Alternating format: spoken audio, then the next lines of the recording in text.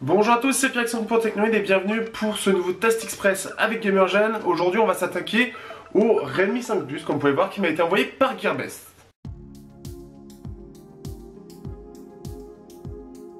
Au niveau des caractéristiques techniques, on a droit à un écran de 6 pouces Full HD IPS en 18/9. Ensuite, en processeur, un Snapdragon 625 avec l'Adreno 506 pour la partie graphique. Sur ma version, 4 Go de RAM et 64 Go de stockage. Il est dual SIM avec un port micro SD si vous voulez étendre le stockage, avec de la 4G, donc toutes les bandes B20 aussi. Un capteur photo de 12 mégapixels en ouverture 2.2, un lecteur d'empreintes, une batterie de 4000 mAh, un capteur infrarouge pour ceux qui veulent gérer leur télé, un port micro USB, pas encore de type C, et un port jack pour terminer le tout. Il est vendu à moins de 200 € en version globale, donc sur le site à 190 $, donc un prix intéressant. Mais est-ce que tout est bien dans ce téléphone? On le voit tout de suite.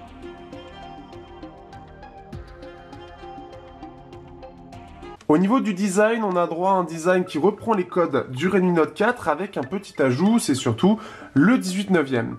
Donc une façade qui reprend un petit peu les codes avec le Galaxy S ou les LG, avec ce côté un peu arrondi au bord de l'écran qui donne un effet assez sympathique. On est globalement sur la même finition et le même design que le Redmi Note 5 pour ceux qui avaient vu mon test. Ce qui fait qu'on n'a plus de touches sensitives comme le Redmi Note 4. On a toujours le port micro USB classique et pas de type C. Les haut-parleurs, là c'est micro et ensuite haut-parleur. Au-dessus le jack avec le port infrarouge. Au dos l'appareil photo qui ressort légèrement avec le lecteur d'empreintes. Et ici en haut et en bas c'est en plastique pour faire passer les antennes. La petite différence, je sais pas si ça a été sur le Redmi Note 4, c'est qu'on a une petite bordure tout le long ici, en fait comme si on avait une coque qui pouvait s'enlever. Je sais pas du tout pourquoi ils ont mis ça en place. Et ce qui fait que ça se voit surtout ici, donc là où je mets mon ongle. Et ça fait un effet un petit peu sympa, mais je pige pas trop l'idée.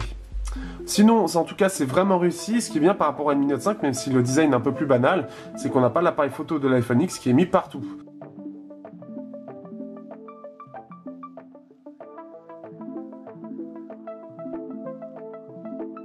Au niveau de la surcouche, donc là on est sur MIUI 9.5 avec Android 7.1, donc une surcouche qui est vraiment réussie mais très particulière. On s'éloigne beaucoup des codes d'Android stock par Google, donc si vous êtes très intéressé par la surcouche que vous voyez ici, n'hésitez pas à regarder le test du Redmi Note 5 ou du Redmi 5 Plus pour voir à quoi ressemble MIUI 9.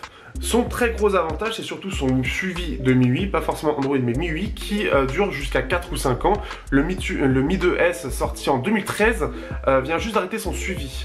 Donc il était sorti sous MIUI 3 ou MIUI 4, et ça vient de se terminer avec la fin de MIUI 9, ce qui est assez impressionnant.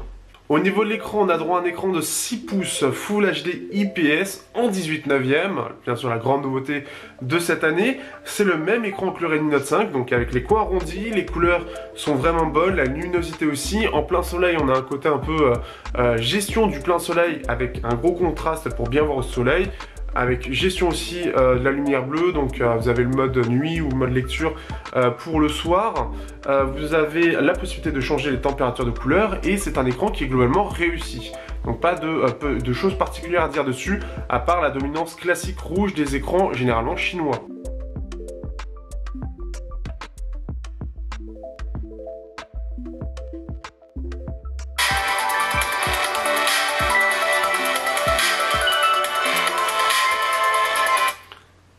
Au niveau du son, comme vous l'aurez compris, c'est la partie son.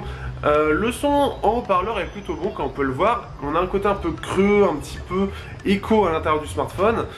Mais le son est plutôt correct pour le prix. On a même des basses qui sont assez présentes, ce qui est plutôt rare. Et vraiment réussi. On a quelque chose d'assez clair et assez sympathique. Donc pour tout ce qui est vidéo YouTube ou quelques musiques, ce sera tout à fait intelligible. Pour la partie jack, assez étonnant. D'habitude, le Snapdragon 125 est assez avare en basse. Là, il y en a beaucoup trop. Là c'est très basseux et on retrouve la même chose que le Redmi Note 5.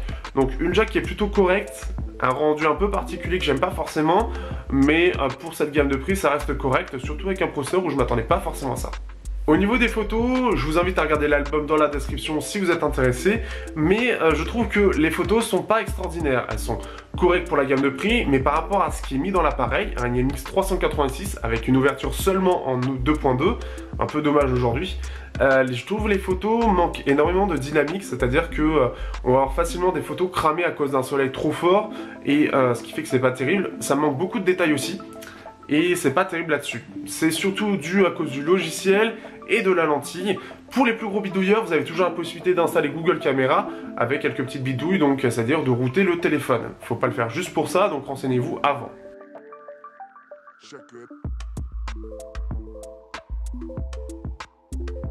Au niveau de l'autonomie, on a droit à une batterie de 4000 mAh, hein, ce qui est pas mal du tout. Par contre, l'autonomie m'a un peu déçu. Le Snapdragon 625 fait des merveille en termes d'autonomie, mais en 4G avec quelque chose d'un peu varié, l'autonomie m'a assez déçu puisque je ne fais que à peu près 7h, 7h30, ce qui est pas terrible. Alors en soi c'est bien, mais par rapport à ce qu'il y a dans l'appareil c'est décevant. En effet on devrait plus par défaut faire au moins 8h30, 9h en 4G avec un peu de jeu, réseau social, musique, donc ce qui fait que c'est trop léger à mon goût. Ce serait dû à la dernière mise à jour. Par contre en Wi-Fi c'est un peu mieux puisqu'on va pouvoir un petit peu plus facilement atteindre les 9-10 heures, mais néanmoins on est censé faire bien plus, donc un peu dommage. Au niveau optimisation c'est pas encore ça. Au niveau des jeux, donc là on est sur Hitman pour montrer un petit peu les performances. Donc on peut voir le Snapdragon 625 est correct en jeu, mais c'est pas un foudre de guerre. Ce sera très bien pour les petits jeux, notamment l'autonomie. On peut voir au niveau de Geekbench, on fait un score de 4300, donc quelque chose de classique pour un Snapdragon 625, et pour la partie jeu on fait 383, donc un petit peu en dessous de ce qu'on peut voir dernièrement. On peut plus avoir du 420 avec un Snapdragon 625, et par contre on a presque 10 heures d'autonomie, donc par contre il consomme très peu, donc ça c'est le côté assez sympa. Par contre là on peut le voir, c'est pas terrible en termes de fluidité sur donc justement Hitman, parce que les performances sont assez limitées, et donc dès qu'il y a un petit peu d'effet ou quoi que ce soit, il a du mal à suivre. Donc c'est un petit peu ça forcément, ça va être un peu les limites, donc des gros jeux vont être un petit peu trop gourmands pour l'appareil, donc attention aux jeux que vous prenez.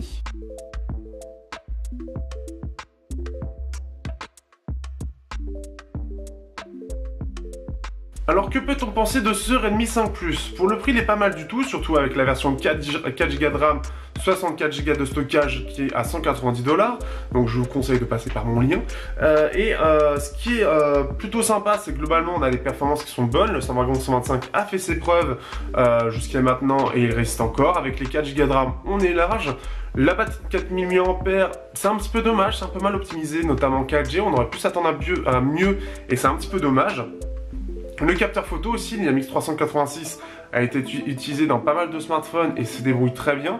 Ce qui est un peu dommage, c'est que là, c'est un poil décevant. Après, on est sur une petite gamme de prix, je suis d'accord, mais c'est l'appareil lui-même qui m'intéresse, pas forcément le prix. Donc c'est bien de mettre un gros appareil photo, mais si tu sais pas l'optimiser, pourquoi le mettre? Ce qui fait que c'est surtout ça. Après globalement c'est un bon appareil, il est assez complet. Carte SD 64Go de stockage, on est très large. On a droit à la bande B20, ce qui est cool. La ROM globale est présente. Et bien sûr, en plus, c'est Gearbest a mis la ROM globale officielle dedans. Donc ça, c'est plutôt cool. Un problème de régler par rapport à avant.